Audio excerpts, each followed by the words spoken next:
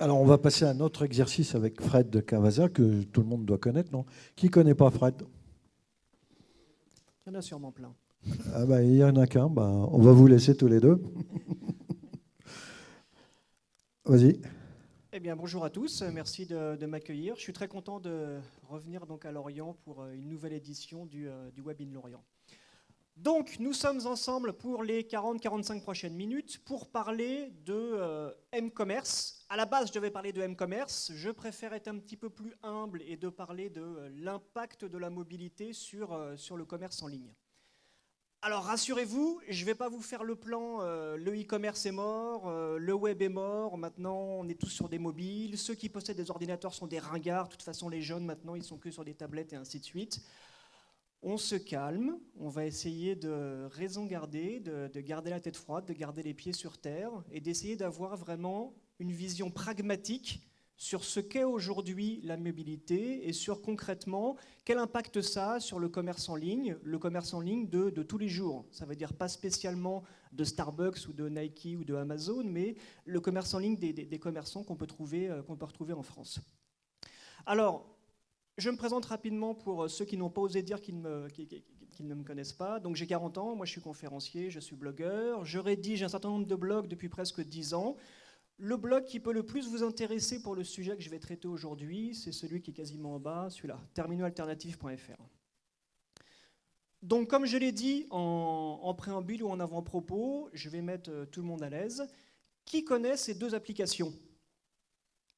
À gauche, on a eBay Desktop, donc c'est un logiciel que vous installez sur votre ordinateur pour accéder à eBay. Et à droite, on a Kayak Explorer, donc c'est une application que vous installez sur votre Mac pour pouvoir rechercher des billets d'avion, des hôtels et ainsi de suite. Ce sont des applications qui sont tout à fait intéressantes, très bien connues, très bien conçues, redoutablement efficaces et ainsi de suite. Par contre, qui les a installées ? Ah bah alors ça, j'en sais rien. J'ai jamais vu personne dans mon entourage qui a dit « Ah bah oui, moi j'ai installé ça ». Alors peut-être que dans la tête des patrons d'eBay ou des patrons de Kayak, le site de vente en ligne de billets d'avion et ainsi de suite, mais si, enfin, une application, c'est le top, on a des utilisateurs captifs, on peut faire du business direct et ainsi de suite. Peut-être que dans leur tête, c'est vachement clair et que ça fait sens et que c'est très bien pour leur business, mais dans la réalité, ça n'existe pas, enfin. Qui installe une application sur son ordinateur pour pouvoir faire la même chose que sur un site web? À part les utilisateurs très évolués, ceux qui exploitent ces services de façon intensive plusieurs fois par jour, pour les autres, ça ne fonctionne pas. Sur les terminaux mobiles, c'est la même chose. Peut-être que dans la tête de ceux qui développent des applications mobiles de commerce en ligne, mais bien sûr que ça fait sens, comme ça le client, on sait qui il est, en situation de mobilité, on a son numéro de carte bleue, il peut acheter en 3 clics. Peut-être que dans leur tête ça fait sens, mais dans la réalité, non, c'est un fantasme, soyons sérieux. On n'installe pas une application pour acheter, enfin, ça n'existe pas, ou alors c'est une toute petite frange de la population. Donc, ce que je vous propose, c'est d'essayer de garder la tête froide, de se calmer sur cette histoire de « je lance ma boutique en ligne sur l'App Store et je vais faire des milliards de dollars de bénéfices parce que c'est ça l'avenir ».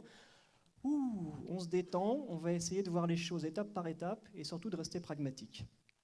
Alors, aujourd'hui, puisqu'on parle de commerce en ligne, où est-ce qu'on en est avec le commerce en ligne et surtout, quel est le plus important ? Aujourd'hui, ce que l'on constate, c'est que pour pouvoir être ou rester un commerçant qui est sur Internet, il faut être toujours plus performant, que ce soit en termes de taux de transformation, de référencement, de rapidité, satisfaction client et ainsi de suite.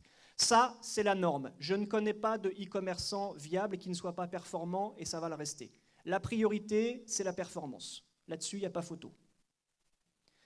Ceci étant dit, qu'est-ce que l'on travaille aujourd'hui en termes de commerce en ligne, en termes de e-commerce? Ce à quoi tous les grands e-commerçants travaillent en ce moment, c'est d'essayer de gommer le i, donc d'être des commerçants avant d'être des e-commerçants. On constate qu'aujourd'hui, être bicanal, ça ne suffit plus. À savoir, j'ai un réseau de distribution et j'ai une boutique en ligne. Pourquoi ? Parce que on se sent un petit peu à l'étroit dans ce modèle. Les clients ne se reconnaissent plus dans ce type de consommation binaire, ils veulent des choses un petit peu plus pervasives, et surtout, il y a des systèmes d'information derrière qui supportent mal ce genre de choses. Et c'est d'autant plus complexe avec aujourd'hui les sites en ligne. Pourquoi ? Parce que Éventuellement, vous avez un système d'information qui gère votre réseau de boutiques. Éventuellement, vous avez une plateforme de commerce en ligne qui est à peu près bien fichue, qui est à peu près bien connectée. À partir du moment où vous commencez à essayer d'avoir une extension mobile, bon, bah, là, ça devient compliqué. Là, on commence à avoir des prises qui ne se branchent pas là où il faut, on commence à avoir de la déperdition et ainsi de suite. Si on commence à vouloir être sur plusieurs types de smartphones, sur des tablettes, sur des choses comme ça, là, vraiment, ça coince. Ça coince parce que ça fait trop. Le mode de raisonnement qu'on doit avoir aujourd'hui, c'est de dire, j'envisage le commerce dans sa globalité. J'ai une logistique, une organisation, un système d'information fait pour le commerce, et il se trouve que dans ma logique de distribution, j'ai des boutiques, j'ai un site web, j'ai des sites mobiles, j'ai des sites sur tablette et ainsi de suite.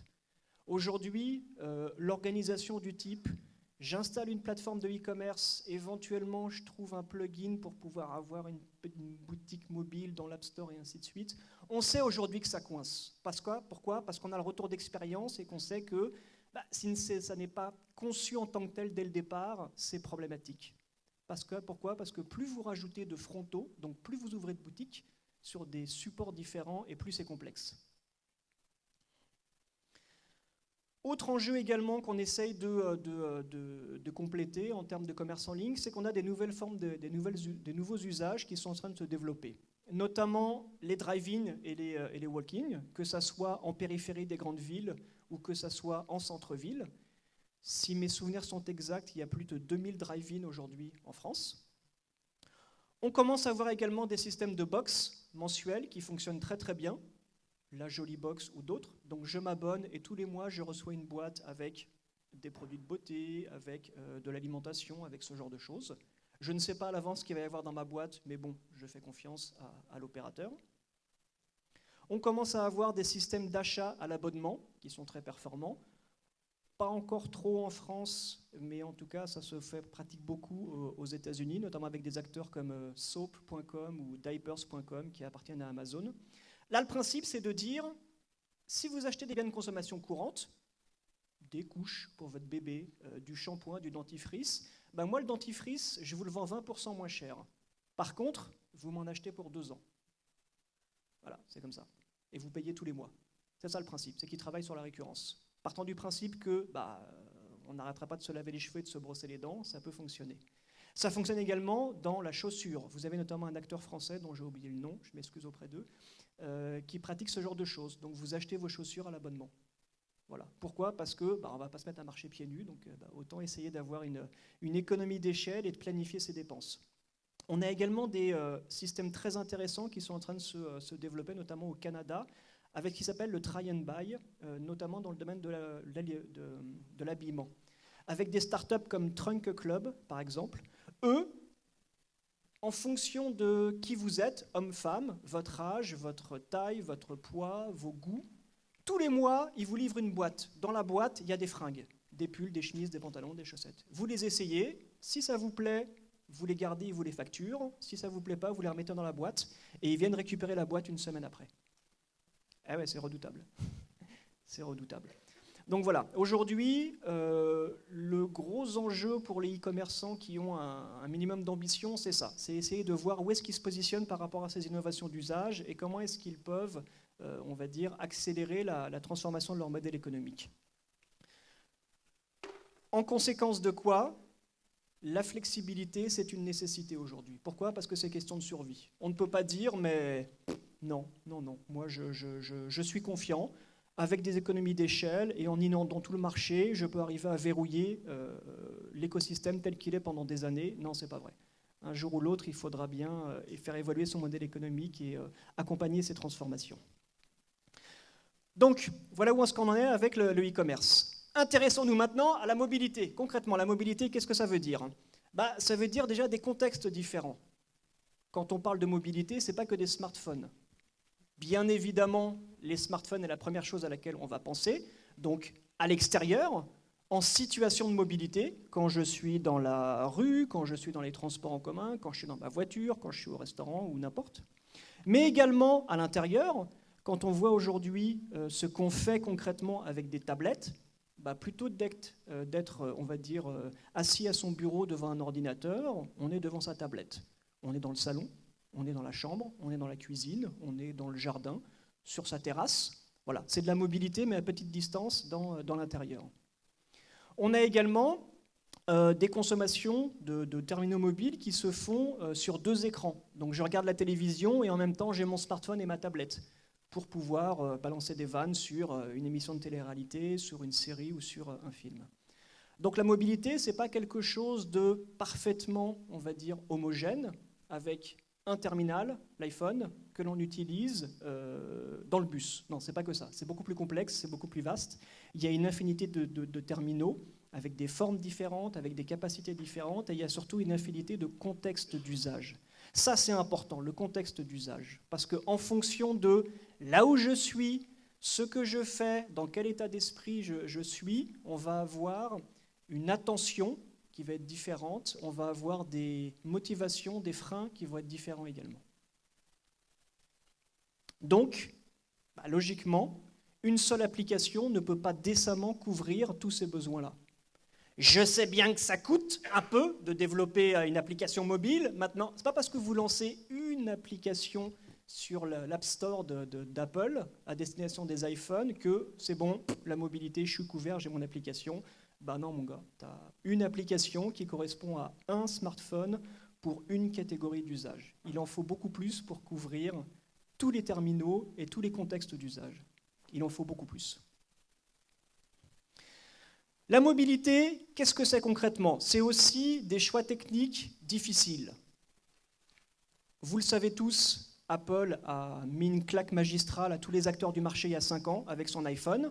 Ils étaient ultra dominants. Aujourd'hui, ce que l'on constate, c'est qu'on a un retournement de la situation et on a notamment Google avec sa plateforme Android qui livre 2 à 3 fois plus de smartphones qu'Apple. Ça, c'est important. C'est important quand vous choisissez une plateforme. On a également tout un tas d'outils de développement qui sont à votre disposition, que ce soit des outils qui sont associés à des plateformes de commerce en ligne, que ce soit des outils de développement, des frameworks et ainsi de suite. Il y en a un certain nombre, pas facile de choisir. On a également des technologies de communication qui évoluent assez rapidement. On a la 4G. En fait, c'est la LTE, c'est de la 3,9G. Je n'entrerai pas dans les détails, mais voilà, on a un discours autour de ça. On a le Near Field de communication, donc un protocole de communication de proximité qui est censé tout révolutionner. Bon, pour moi, ça fait 15 ans qu'on a Bluetooth, mais ok, d'accord, soit. Allons-y, révolutionnons tout. On a des systèmes de QR code intelligents maintenant, avec des codes 3D et ainsi de suite. Bon, bref, on a tout un tas de technologies qui sont à notre disposition. Pour être pragmatique, il n'y a pas de mauvais choix technologiques, il n'y a que des compromis. Ce qui veut dire qu'il n'y a pas de bons choix technologiques non plus. À un moment donné, vous devez vous positionner auprès d'une cible en couvrant un service. Vous avez des choix à faire. Ces choix ne seront pas parfaits, mais voilà, il n'y a pas de mauvais choix, il n'y a que des compromis à faire. Ça, je pense que c'est le bon message par rapport à tout ce discours technologique. Et dernière chose importante concernant la mobilité, c'est les contraintes d'affichage. J'ai parlé tout à l'heure de tout un tas de technologies pour pouvoir adapter les sites on va dire, aux petits écrans des smartphones. On a aussi aujourd'hui tout un discours plutôt agaçant, il faut le dire, autour de HTML5. Vous savez, parce que ça fait 10 ans qu'on fait de l'HTML4, mais maintenant qu'on a HTML5, donc un de plus, c'est bon, tous vos problèmes ils sont résolus, il n'y a pas de problème, tablette, smartphone, tout ce que tu veux, télé, machin, tout, moi je t'affiche partout, il n'y a pas de problème, tout va bien se passer. Non, c'est pas vrai, tout va pas bien se passer. Au contraire. Prenons l'exemple des boutiques en ligne. Ça fait 10 ans qu'on se casse la tête à optimiser le taux de transformation des boutiques en ligne. Ça fait 10 ans qu'on se bat pixel par pixel. Est-ce que tu le mets orange clair ou orange foncé, le bouton? Est-ce que tu mets une ombre? Est-ce que tu soulignes tes liens, machin, et ainsi de suite? Et là, subitement, on a une technologie HTML5 qui divise la surface d'affichage par 5, mais non, c'est bon, tout va bien se passer, il n'y a pas de problème, on aura la même chose, tout va bien se passer. Non, c'est pas vrai. C'est pas vrai, ça ne le fait pas. Regardez ici les exemples de Verbaudet, Edict ou La Redoute. Techniquement, l'exécution de ces sites web qui s'adaptent au petit écran, elle est bonne, elle est même très bien faite. Par contre, en termes de est-ce qu'au change, on y gagne, est-ce qu'on a ce qu'on veut? Non, très clairement non. Comment voulez-vous faire la même chose que sur un écran d'ordinateur, sur un écran qui est 5 fois plus petit. Comment voulez-vous raconter les mêmes histoires, faire passer les mêmes, les mêmes messages? Comment voulez-vous être autant percutant dans vos promotions, dans vos leviers d'incitation, avec un écran qui est 5 fois plus petit? Eh ben, c'est pas possible. C'est pas possible. Je pense que c'est important à un moment donné de se dire arrêtons tout ce blabla autour de ça va bien se passer la mobilité parce qu'on a HTML5, parce que les sites ils s'adaptent automatiquement et qu'il n'y a pas de problème, maintenant on a une continuité de service, vous touchez tout le monde. Non, c'est pas vrai. C'est faux. Pourquoi? Parce qu'on a des contraintes d'affichage. Pourquoi? Parce qu'on a des situations d'usage qui sont différentes les unes des autres. Pourquoi? Parce que nous sommes dans un autre monde. Il faut tout réinventer. C'est ça aujourd'hui la réalité de la mobilité. Alors, traduisons ça maintenant dans le contexte très particulier du m-commerce. Aujourd'hui, qu'est-ce qu'on a? On a des smartphones, plein partout. La moitié des Français sont équipés de smartphones, quasiment la plupart ont des forfaits data qui vont avec, ils vont sur les sites, ils se déplacent, même ils consomment un petit peu. Donc là-dessus, il n'y a pas de problème. On a des smartonautes, non, je ne sais pas comment tu dis, Jean-Michel. Bon, allez, smartonautes, on va dire ça comme ça. On a des Français qui sont équipés en smartphone. Le tout, c'est de réussir à trouver le bon scénario d'engagement, à savoir comment je fais pour ne pas tomber dans le piège de je prends mon site, je le réduis, donc je le divise par 5 et tout va bien se passer. Non, encore une fois, tout ne va pas bien se passer. Donc comment est-ce qu'on fait pour repenser l'offre, la présentation des produits, le storytelling autour de la marque pour que ça fonctionne?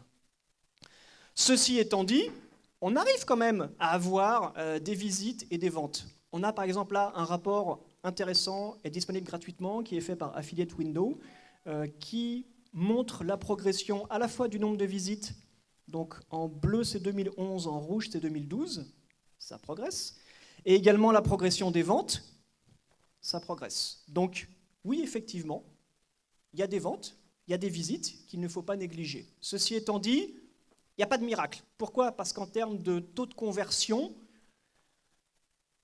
ma foi, ça plafonne à 3-4%, pas plus. C'est peut-être un tout petit peu plus que ce qu'on fait sur le web, bien que les taux de conversion moyens, c'est une donnée qui n'est pas forcément fiable.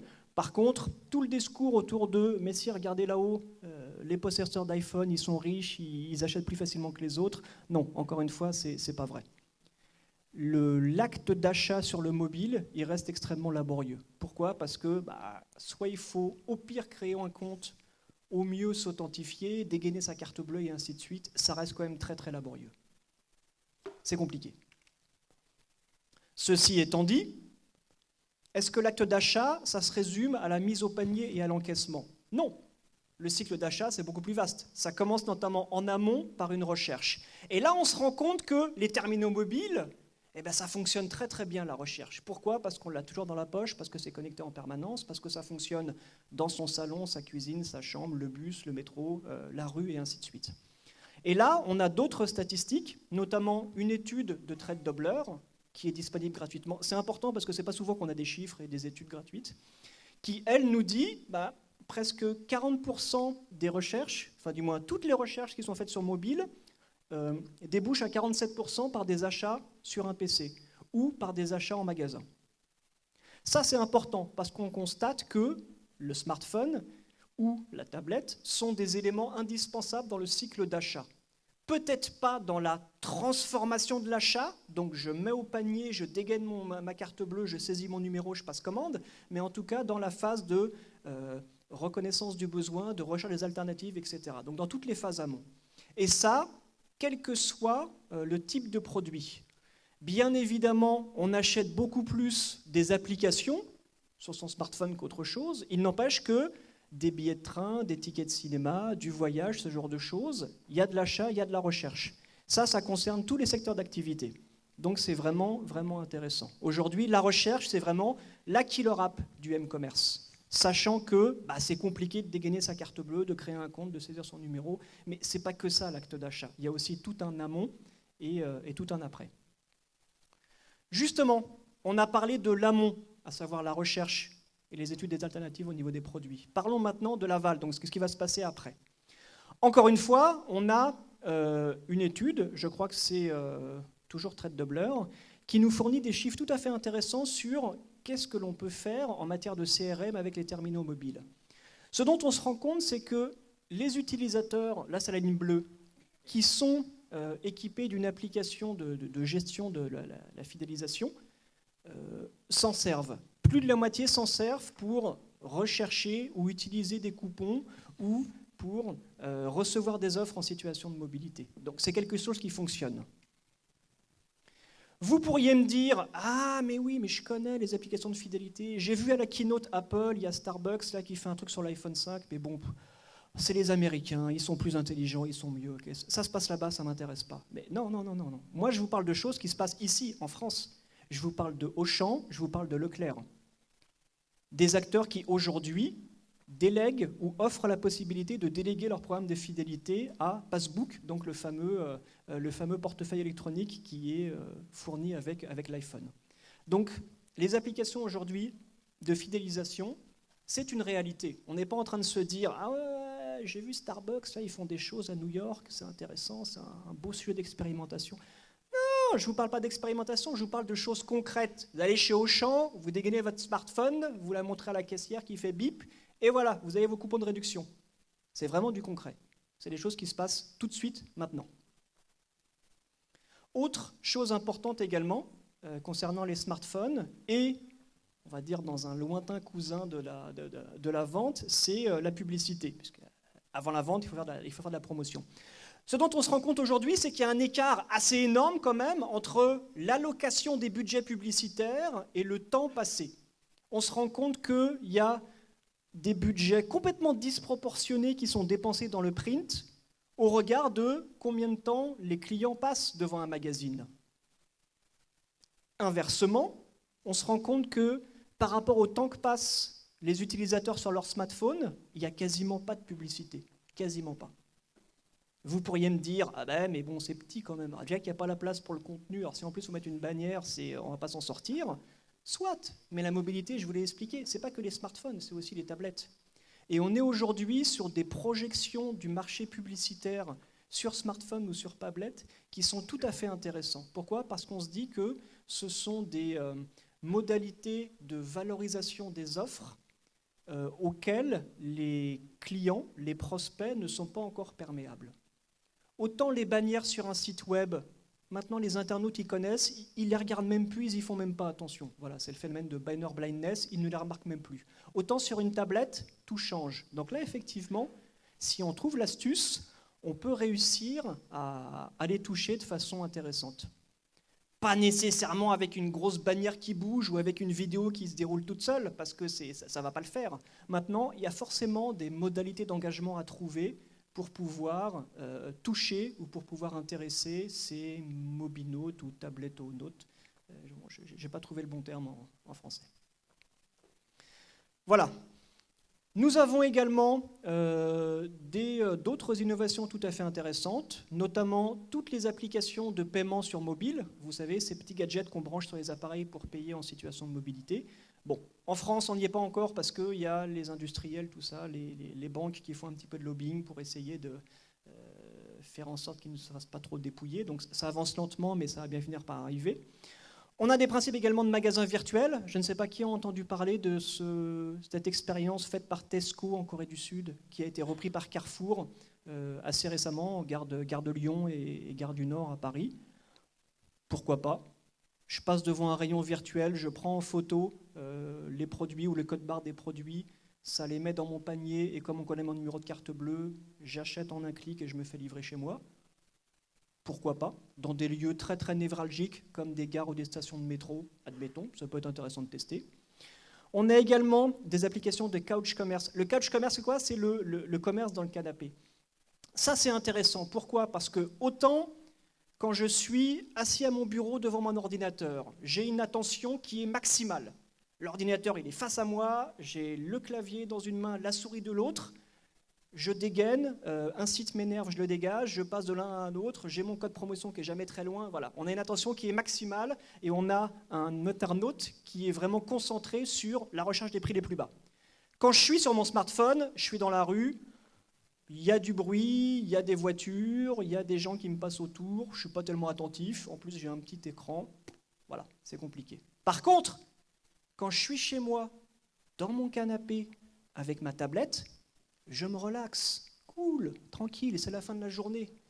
Là, éventuellement, je peux sortir ma tablette, consulter des sites avec des produits aspirationnels.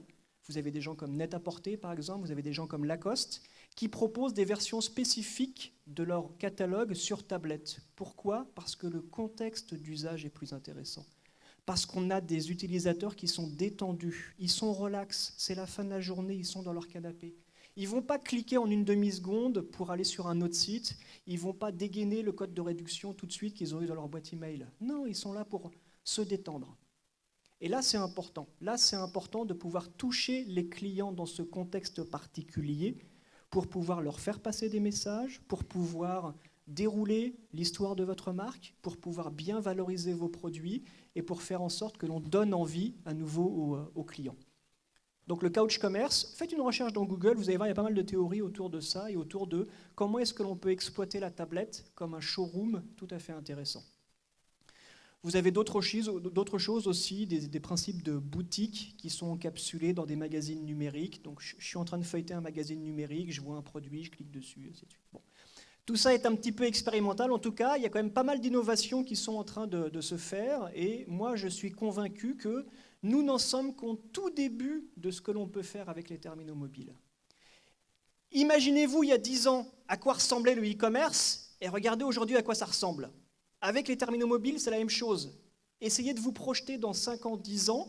Essayez de voir dans quelle mesure les terminaux les terminaux en eux-mêmes vont évoluer. Essayez de voir les modalités d'engagement. Dans quelle mesure est-ce que je peux trouver des nouveaux scénarios pour valoriser mes produits, pour faire passer mes messages, et ainsi de suite. On n'en est qu'au tout début et il y a une infinité de combinaisons possibles. Voilà. Concrètement, après avoir dit tout ça et vous montrer plein de choses intéressantes, qu'est-ce que vous pouvez faire dès demain matin en arrivant à votre bureau ? Dès demain matin, première chose que vous pouvez faire, c'est télécharger les lecteurs de QR code. Oui, je sais, un QR code, c'est moche, ça ne marche pas, j'ai essayé, ça ne fonctionne pas, c'est naze. Réessayez à nouveau. Ça prend 5 minutes, vous allez voir qu'il y a beaucoup de progrès qui ont été faits sur comment on utilise les QR codes. Ça vous prendra 5 minutes, je vous le garantis, vous allez être très surpris de voir à quel point aujourd'hui, c'est quelque chose qui fonctionne plutôt bien. Seconde chose que vous pouvez faire, allez sur votre site web, le site de votre entreprise ou de votre marque, avec un smartphone et avec une tablette, et regardez comment ça s'affiche. Et pour avoir encore plus la haine, essayez de voir comment ça s'affiche, le site de Verbaudet ou de La Redoute. Et là, vous allez voir l'écart. Généralement, ça fait très très mal. Troisième réflexe, essayez de vérifier l'affichage de vos newsletters sur un smartphone, que ce soit un iPhone, Android ou n'importe quoi. Là, c'est pareil, vous allez avoir des grosses surprises. Des surprises qui vont vous donner envie d'appeler votre opérateur de newsletter et de lui dire « Hey Coco, tu vas te bouger un peu le cul et tu vas faire en sorte que ma newsletter elle s'affiche bien. » En tout cas, mieux que ça. Parce que des solutions existent, je vous le garantis. Quatrième chose que vous pouvez faire, c'est tester la recherche de produits sur les applis Google sur smartphone. Soit la recherche textuelle, soit la recherche visuelle. Vous prenez en photo vos produits, vous allez voir ce qu'il peut faire Google. Soit la recherche vocale. Vous dictez le nom de votre produit et vous allez voir si Google trouve. Peut-être que là aussi, vous allez avoir des surprises. Dernière chose, éventuellement, vous pouvez vous renseigner sur la compatibilité possible entre votre programme de feed et le portefeuille numérique d'Apple, qui s'appelle Passbook, ou celui de Google. Voilà. Ça vous prend une demi-journée maximum. Vous pouvez commencer dès demain matin. Ça va vous donner déjà des premières pistes. Voilà. Je vous remercie pour votre attention. Si vous avez des questions. Merci Fred. Des questions ? Alors pour toi, quel est l'avenir de Passbook ? Est-ce que ça va être la référence du marché, le portefeuille électronique ? Le portefeuille électronique, pour moi, ce n'est pas forcément l'avenir. Pour moi, c'est le présent. Passbook, c'est la solution d'Apple avec lesquels ils ont développé des partenariats avec American Express, avec Starbucks. On s'en fout, c'est les Américains, c'est pas chez nous. Regarde aujourd'hui ce que proposent des gens comme Carrefour, Auchan, Leclerc, Casino, des acteurs de la grande distrib, donc de la France d'en bas, de tous les jours. Ça fait longtemps déjà qu'ils ont commencé. Les programmes de fidélité, moi j'y crois D'accord. réellement. Mais c'est pas dans Passbook.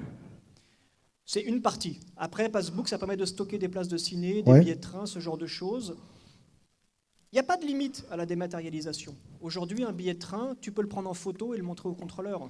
Il passe un coup de scan dessus et il dit si le billet est valide ou non. Donc, pour moi, vraiment, les solutions de portefeuille électronique telles qu'Apple le conçoit, Passbook, c'est une reformulation de choses qui existent déjà plus ou moins.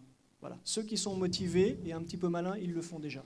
Il suffit de prendre en photo sa carte de fidélité, il suffit de prendre en photo son billet de train pour que ça fonctionne déjà. On n'a pas forcément besoin. Et alors pour toi, s'il y a des questions, non? Bon, je continue. Pour toi, quel est l'avenir du paiement et de la monnaie?